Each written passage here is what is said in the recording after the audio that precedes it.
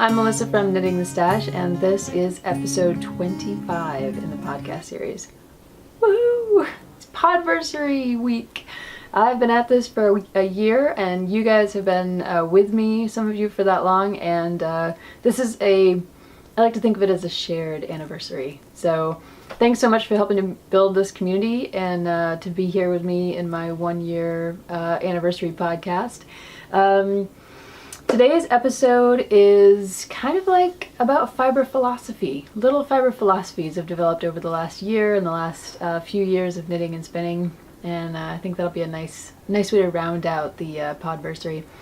If you're new to the podcast, welcome. If you're returning, awesome. So nice to see you. And you can find me just about everywhere as Knitting the Stash on Ravelry and Instagram, YouTube obviously, and the blog, which is knittingthestash.wordpress.com. For those returning, you will notice I'm in a different spot. I'm in what we call the yarn room, which is actually where this podcast began. About a year ago, I was sitting over here with all the fleece behind me, and I started jabbering at you guys about some socks and some things I was knitting, and it's kind of grown from there. So I thought it was only fitting that I'd kind of make it back to the yarn room for the 25th episode. A couple things that you might be wondering about. I will just dispel answer all of the questions up front. So yes, these bins are part of the stash, and I couldn't quite get them out of the frame because there's a lot of bins and a lot of stash. We'll talk about that, and we're going to talk about stash at the very end. But to give you a little tour, I have a cool pegboard over there that Spencer, my husband, put up for me, and I like to keep my kind of indie dye yarns rolling through there. So right now I have up there some Moonstone Dye Works, that's Tommy Trujillo.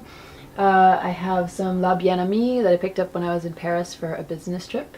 I have some Hedgehog sock yarn, and then a lot of Old Crow Art Yarns, which is Megan Morell out of Maine. Love her style. She's got a couple great clubs. She just did a shop update that's pretty much already gone as far as I can tell. But I've always been lucky enough to snag a bunch of her yarn, so it is often in a place of honor over on the pegboard. Below the pegboard, sitting on the not so beautiful cardboard box in which my spinning wheel came to me, is the awesome DIY drum carder that my husband Spencer and my friend Steve put together for me. And at some future point in another episode, I should show you a little bit more about that. It's a total DIY drum carder. The only thing we purchased was the carding cloth, and everything else the Spencer made at home, and Steve helped him with some of the engineering with the metal.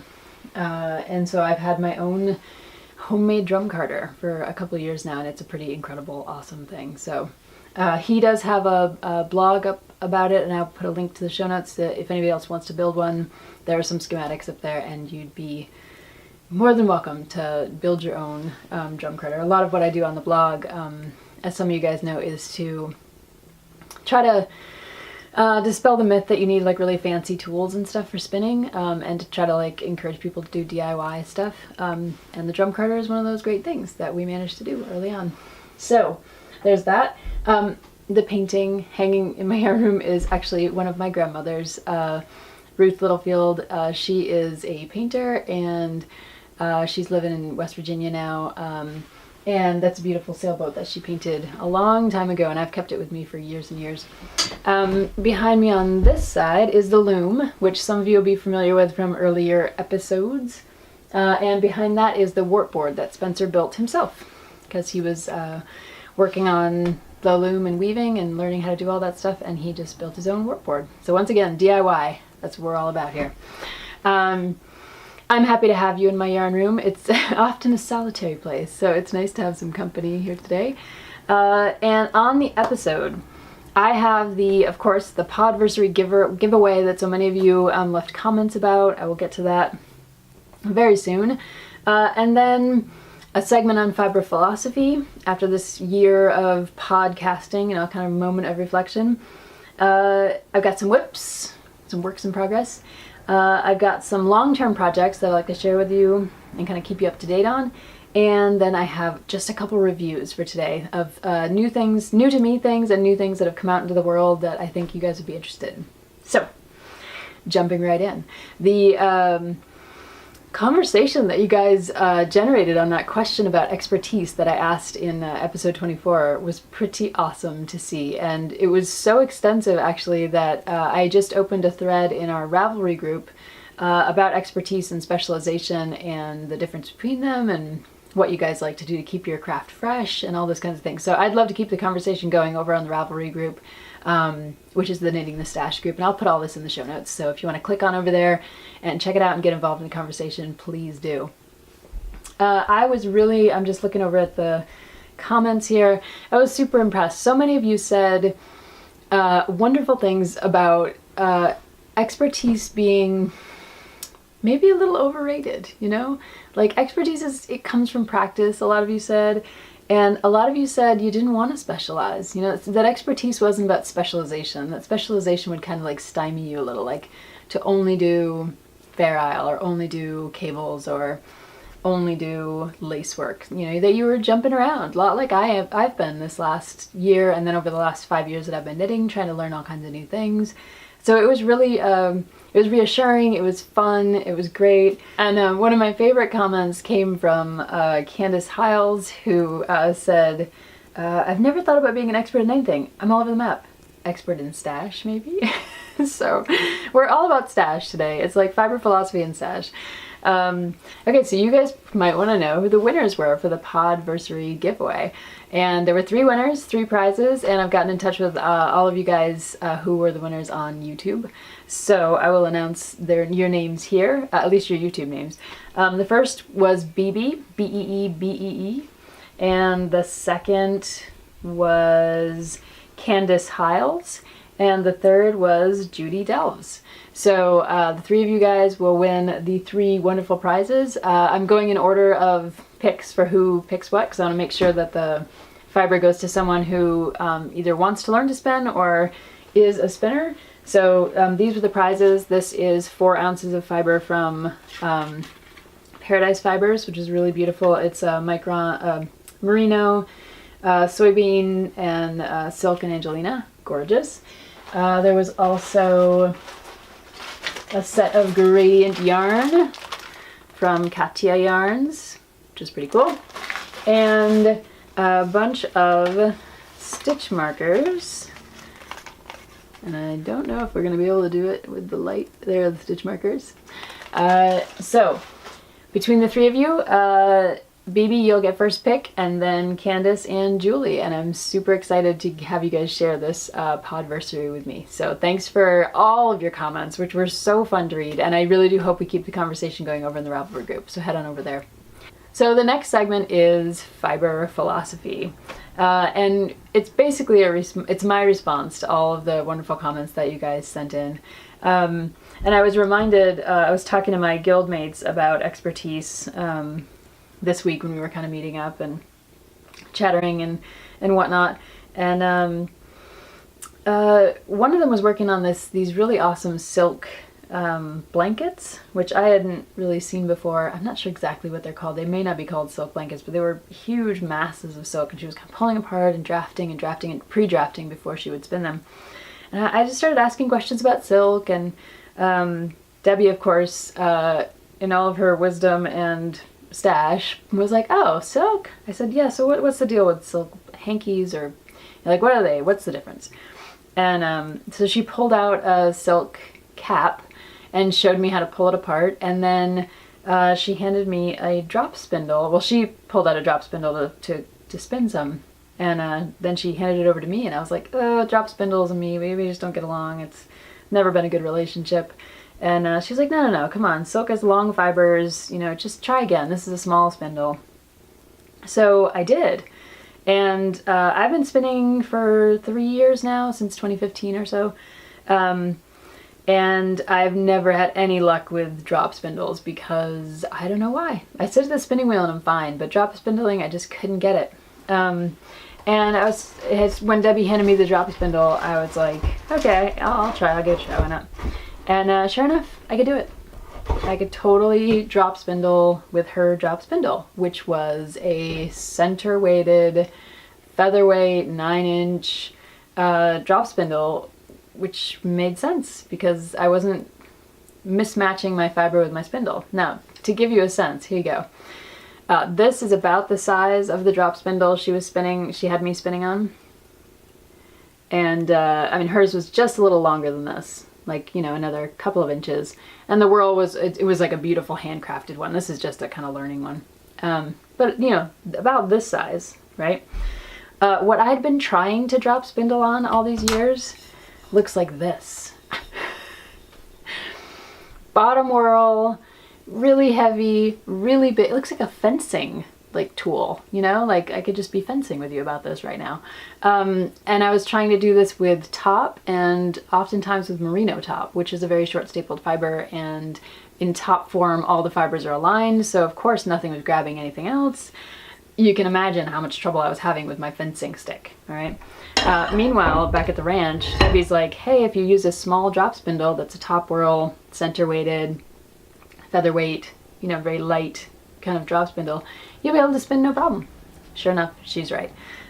So I have since returned to the drop spindle and I've been very, very happy about it. But the thing about drop spindling, let me get back to my point here about fiber philosophy, is that all this talk of expertise and learning and then picking up that drop spindle again and trying to figure out what I was doing, it reminded me that one of my big philosophies in life that also applies to knitting and spinning is that it's always better if you can put yourself in the space of being a beginner again. Always. Just, you know, every day, be a beginner at something.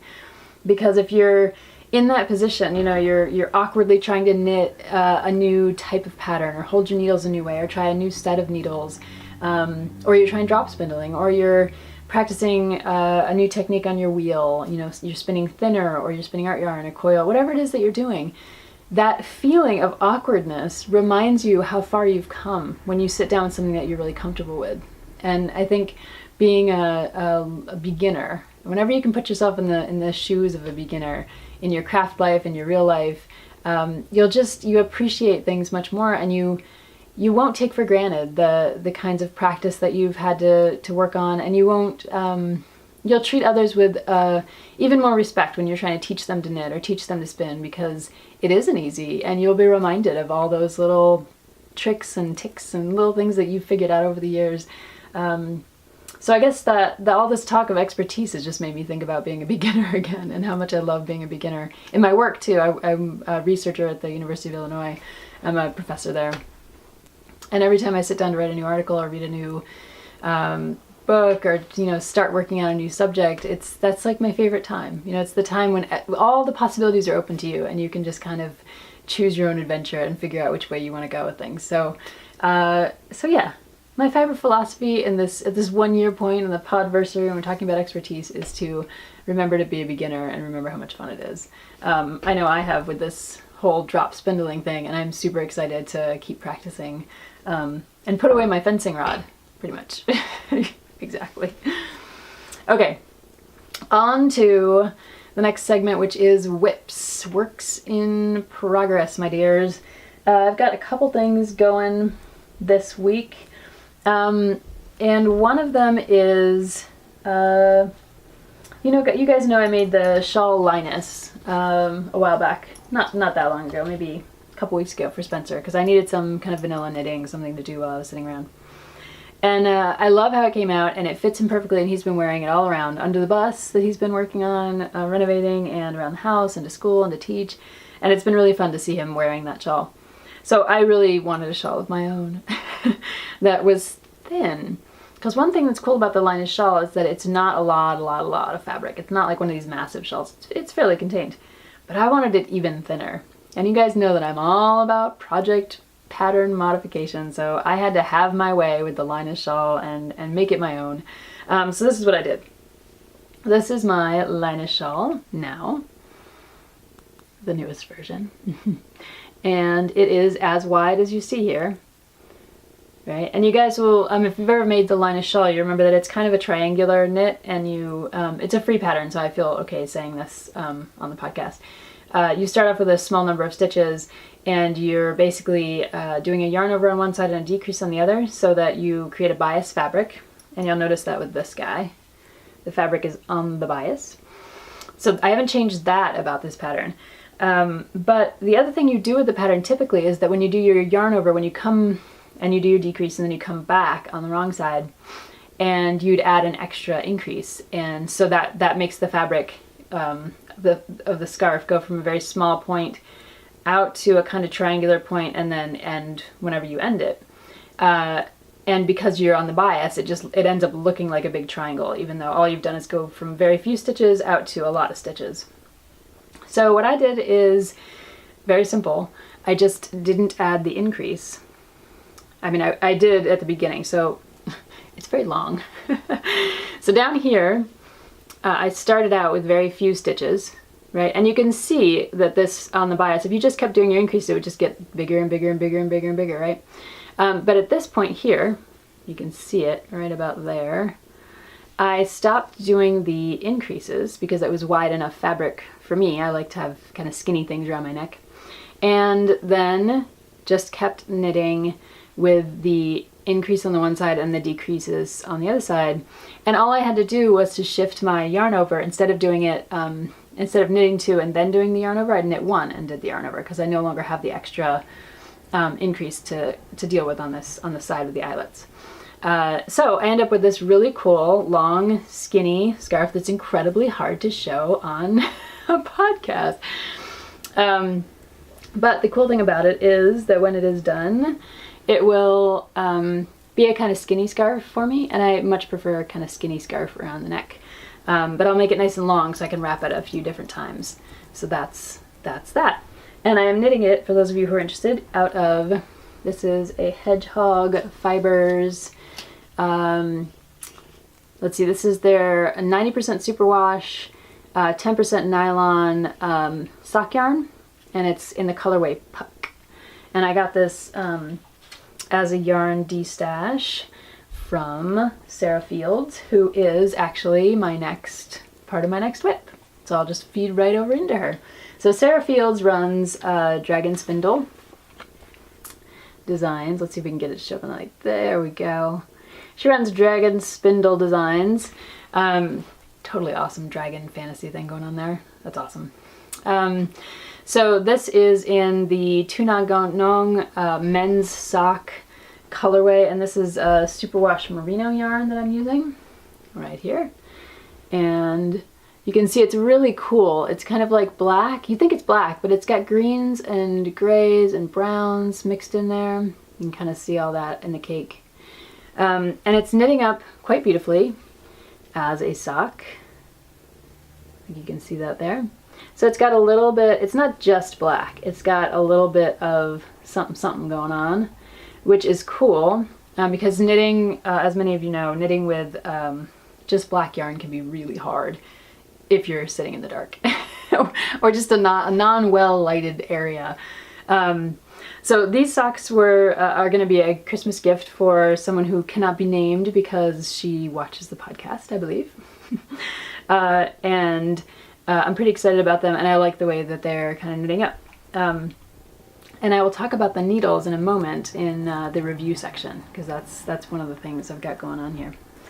And I'm going to use, for the heels and toes, I'm going to use this little guy. You can see kind of the contrast there. This guy will be the heels and toes of the socks. It's a really pretty kind of gray. And this came from LB Art Yarns. She had a great Walking Dead set of minis, and so this little mini is from The Walking Dead, and I can't remember which one it is. Gosh darn, and I like The Walking Dead. I mean, this season, you know, but this is like back in the day when Walking Dead was Walking Dead. So that'll be the heels and toes. And the other thing I've got in progress, quick update, is Spencer's sweater, which, you know, I swatched for. This is with the Snaildon yarns. This is back from the In the Grease episode. This is the Faroe Islands yarn, which is in the Grease. and that's what I'm using to knit up Spencer's sweater. I did the swatch, and then I cast on. After I did all my gauge and everything, I cast on using the pattern, and I got this. You see how big it is? And this is supposed to be for 1/2 of the sweater. This is supposed to be just for the back, or just for the front, right? But it's huge. It's 139 stitches, and according to my gauge, everything is okay. But according to my cast on, it is not. So I kind of, yeah, this, like in the round, it would be like a sweater for like me. I mean, seriously. So I mucked about a little bit with the stitch counts. I modded the pattern, as I am known to do, and I cast on about almost 20 fewer stitches. And so now this is looking a little more like the back of a sweater. It's still a little big, so I'm really not sure what's going on. This is a twisted cabled rib, and for whatever reason it is messing my gauge up something terrible. So I will have to report back to you guys on how I am coming along with that sweater project. Right now it's giving me a little bit of a headache. Usually pattern mods aren't that difficult, and usually taking a pattern and kind of like switching it up for the gauge of my yarn and everything is not a problem, but I don't know what's going on here. I got the right gauge for the cables, and then when I go to do the rib, which should be smaller than the cables, it's like massive. If you guys have any advice, let me know. I'd appreciate it. But for now, I'll just keep struggling with it. Okay, so those are my whips. And next segment is long-term projects, which actually a bunch of you guys are participating in. So the first long-term project that I have mentioned before, this is, I do a blanket a year project. So I've done the Hue Shift Afghan, the Store and Away Throw, the Love Tangle blanket. Each year I try to do another blanket. And this year it's going to be the Persian Dreams blanket, but a modified version that makes it look a little bit like stained glass. So this was the square I showed you guys back in episode, gosh, I don't even know how long ago. I'll put a link in the show notes. There's a whole episode about this one versus the regular kind of white background version. I settled on this one. So I've been going forward with it a little bit, and I knit another of the hexagons. This one has not been blocked or steamed, obviously. And I'm using for this Knit Picks Chroma as the center, and just their basic black worsted for the background. And I'll put a link in the show notes to the awesome Raveler who came up with this pattern mod, so that instead of doing tons and tons and tons of different color work for the pattern, you're basically letting Chroma, which is a gradient, like a hue shift kind of yarn, do the work for you. And then you're using a black as the background instead of white. So you can see the difference between these two. God, I wish this were a little steamed so you could see it. But you can kind of see it, right? Flip this stuff to the back. There we go. You can see the difference in the pattern. One is one hexagon's pattern and one is another hexagon pattern. And these both came from the same ball of Chroma yarn. This one came first, so the first part of the yarn, you do these from the center out. So the first part of the yarn was very light green, kind of pastel-y green, and it transitioned to this darker green and then back to lighter green. And then you can see the tips of the pink here on the edge of this one. And then I just went straight on to the next square and started from the center, and the pink was the primary color, and then it's kind of shifting back out to the green and the blue here. So it's cool to see Chroma do the work for you. It's still stranded color work because you're holding the black in one, I hold the black in one hand, in my dominant hand, and I hold the contrast color, which is the Chroma, in my, I hold that in my left hand, I hold my dominant color in my right hand. And that's how I do my color work. So you can see on the back all of the floats in the unwashed, unsteamed version and in the steamed and blocked version. Both the Chroma and the basic black worsted are just 100% wool, so they will felt. And that's one nice thing about color work like this on a blanket, is you don't have to worry about these strands getting caught, because they're already starting to felt and kind of stick to the fabric. So that's a really cool way to do a blanket. And I'm super psyched about that. That's the Hue Shift Afghan, and it is my blanket for this year. So I'll keep you up to date on what's going on with that. So the other two long-term projects you guys know all too well because you're the ones kind of making them happen. The first is the Knit Together project, and I'm just going to reach down here, and I have 2 new squares from the Knit Together project to share with you guys this week. These are your finished objects, I like to say. This first square comes from Connie Hoffman, and I hope it comes out cool. And there you go. You can really see the beauty of this yarn and the kind of, it almost looks like a Monet painting, like an impressionist painting to me. It's so pretty, and it's really, really soft. So this is Connie Hoffman's square, and this is what Connie had to say. So Connie said, Melissa, I bought my first sock yarn at the Iowa Wool Festival. The pattern I used was a simple one that you suggested on your blog. Oh. Susan B. Anderson's How I Make My Socks pattern is just great vanilla sock pattern. She said, I was inspired to try, and the socks are wearable. Awesome. I used the leftover sock yarn and plied it with the wool alpaca that was given to me in a sample bag from the Iowa Wool Festival. The sock yarn's 80% merino, 20% nylon. I wanted to use this yarn in my square because you got me started to try my first pair and suggested a pattern. That's so cool. Thank you, Connie, for saying so. I feel like a true yarn enabler at this moment. Just knitting and spinning enabler. Okay, I spun up the sample wool, which was heavenly, plied and knitted the square using the rice stitch. I'm not sure what wool was in my sample bag because I got rid of the card, but I know there was some alpaca in there. Keep up the podcast. Thank you, Connie. That's so sweet. And you really can see this is like really wicked, and it has so much texture to it. I love this rice stitch. Beautiful square. So thank you, Connie, for sending that one in for the Knit Together project. And the other square I received this week came all the way from France. And as a reminder, this project, the Knit Together project, has a project page up on my blog, knittingthestash.wordpress.com/KTP. And on there you can find out all about the project and what you need to do to submit a square. And just as a reminder, your square can come from all over the world. Anywhere in the world, any square is eligible, as long as it has a good story behind it. And so I love seeing these things come in from France and Ireland and England, and it's pretty incredible. So this square is from Liz Oathwaite, and I think you'll agree it is a beauty. Tons of texture on this one. I posted it on Instagram, so if you want to check out an even better picture of it, you can go to my Instagram feed. But I think you can really see the texture there. It is gorgeously cabled and super soft, light. It feels like it's like a woolen kind of yarn, really beautiful. And she also she couldn't send lavender because of customs, but she sent a beautiful photo of lavender. So it smells like lavender in here right now, Liz. Thank you very much.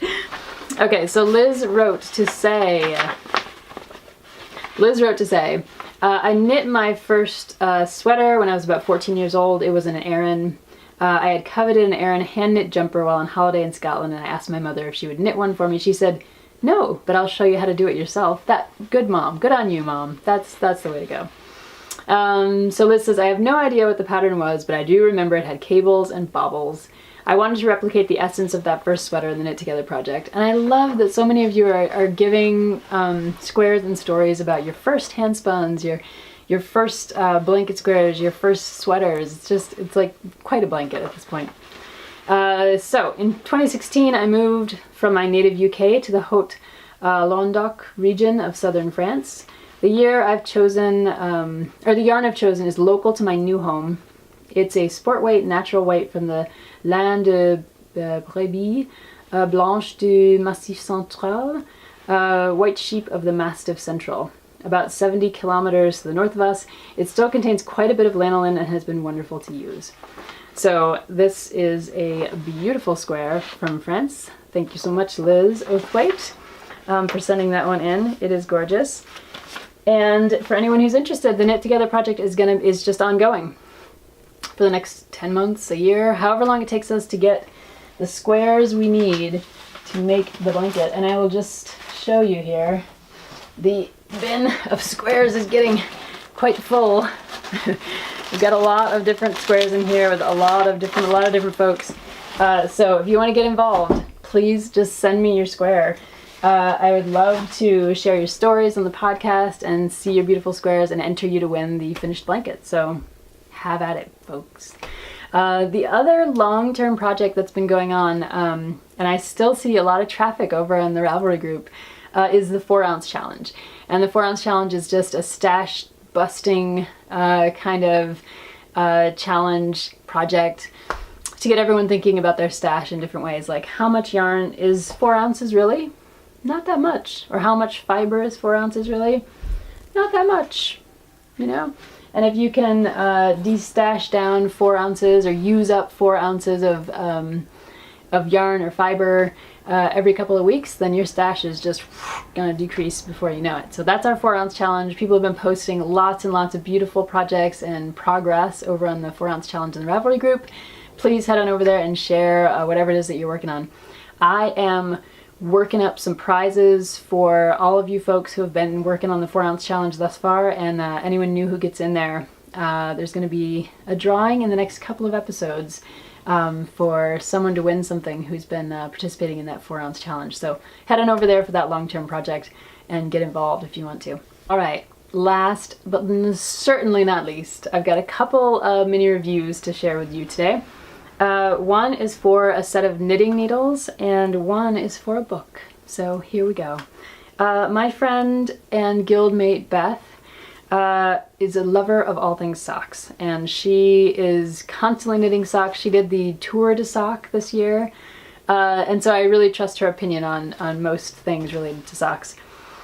She came in the other day when we were hanging out, and she mentioned that there is now an interchangeable needle set for sock knitters, and I was like, shh, no.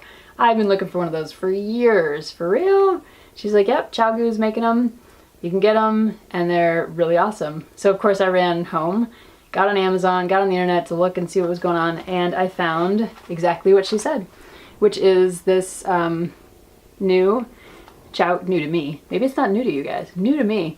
Chiaogoo interchangeable set. I think the set was about $50 for the whole thing, which if you're thinking about how many pairs of sock needles you buy and things like that, it's not that expensive. So it comes with these little guys, different, and one of them is pulled out because I'm using it for my socks. So it comes with 000, 000, 1s, and 1.5 in US sizes, and 1.5 millimeter, 1.75 millimeter, 2 millimeter, 2.25, and 2.5 millimeter. Those are the equivalents on all those different knitting needles there. See if you can see them. For those of you who've used Chiaogoo before, I'm an Addy interchangeable user, so this is a new system to me. But basically, you screw the ends of these needles into the cords, and that is what secures your interchangeables to your cords. And these are the cords that come with this set. And there is a 14-inch, a 22-inch, and a 30-inch in the set. And of course, the little set comes with a little tightener for the needles, and a little carrier bag.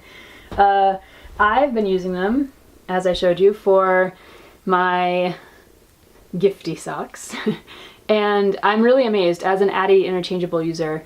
And I have the Addy bamboo set, which I don't use as often, and I have the lace set with the shorter tips, which I use all the time.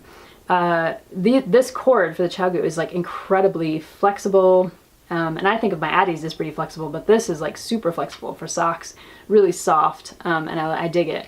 If you're gonna do magic loop, or if you want to use 2 double pointed needles, you know how you can do that horseshoe kind of thing. I don't do that kind of thing. But magic loop is really easy with these, and I'm really enjoying knitting with them. It took a little bit of getting used to, because I've always been a double pointed needle user. This is like what exists in my sock bag, is like sets of double pointed needles everywhere I go. And so the magic loop is a slightly different method. It's a good method, and I'm totally used to it now. The other sock needle that many of you may have seen are these little 9-inchers, and these are also Chiaogoo's, and you can get them in a bunch of different size tips, but they have this tiny little, they're for people, you would just sit and you knit with the tips of your needle around your cuff or your leg or whatever it is. I tried these. I can't do it because the way I knit, I hold my needles kind of back here with my pinkies while I'm knitting, and so you can't do that with these. You have to really be a knitter that can knit up here. So I didn't like these as much, but I am a DPN user, and switching over to these Chiaogoo interchangeables has been pretty much a breeze, and I love them and I would never give them up now. So I'm super excited to have an interchangeable set for sock knitting, so that I don't have to drag around 15,000 pairs of DPNs wherever I go to have the right size. So that's one quick review for you. The other is a book, and for those of you who've watched for a while, you know I'm a kind of okay, let's just say it like it is. I'm a total bibliophile. I'm a professor. I'm an English professor. I love books. I like reading. My night table is covered in books. My knitting room is full of books. You can't see them right now because I've just hoarded them away, but they're like all on this shelf and they're underneath my feet over here. So I like pattern books, I like technique books, and occasionally I like knitters talking about knitting. A few of the folks that I really love to read, one of them is Clara Parks, and Clara Parks has a new book out, which I was super psyched about. So I ran over to my library, which is the Champaign Public Library, or the Urbana Public Library, and picked up a copy of this guy, which is a stash of one's own. How perfect for this episode, right? This is about expertise on knitting the stash, right on. So this is, instead of Clara Parks writing, which she did in Knitlandia and in the Yarn Whisperer, she's anthologized a bunch of other knitters writing about their stashes. The idea is to kind of collect a bunch of stories about how knitters, how and why knitters collect a certain kind of stash. Like, why do I have so many bins right here full of yarn and fiber? And from one essay, it says, here's a quote, it says, "Every knitter will be able to pick up a skein from her stash, any skein, and tell you a complete and compelling story about it." And that's something we've heard in the Knit Together project, and it's something that we've seen, I've seen through you're reading all your stuff on Ravelry and reading the blogs of a bunch of you guys out there. It's like every skein has a story. It's how you travel, it's how you take souvenirs, it's how you make memories, how you remember sheep and people and places. And so this book goes through a bunch of different voices who talk about their stash, why they stash, how they stash, and then what it's like to get rid of stash. Here's a table of contents for you. We'll see if it'll show up. Try to leave it up there long enough. You've got some really great folks in here, including Clara Parks, but also Susan B. Anderson, Amy Christoffers, Franklin Habit, Amy Herzog, Gudrun Johnson, Jillian Moreno, Stephanie Pearl McPhee, who is one of my other favorite writers about knitting. Love her stuff. And Meg Swanson. It's a action-packed table of contents. Really great, lot of voices, and I am just dying to dig into this book. So if you hadn't heard about it coming out yet, now you know. Stash of one's own. And if you enjoy thinking about stash as much as I do, and thinking about how you acquire it, why you acquire it, and what will you feel like when it goes away, I think this book is for all of us. So I'm pretty excited to have that one in my hot little hands from the library. Yeah. So I think that's it for today. That feels like a lot. Happy Podversary to me and to you, and thanks for sticking with me for a year. May there be many more, I hope. And I will get these prizes out as soon as I hear from you guys to help celebrate the event. And yeah, happy knitting, happy spinning, and I'll see you guys next time. Take care.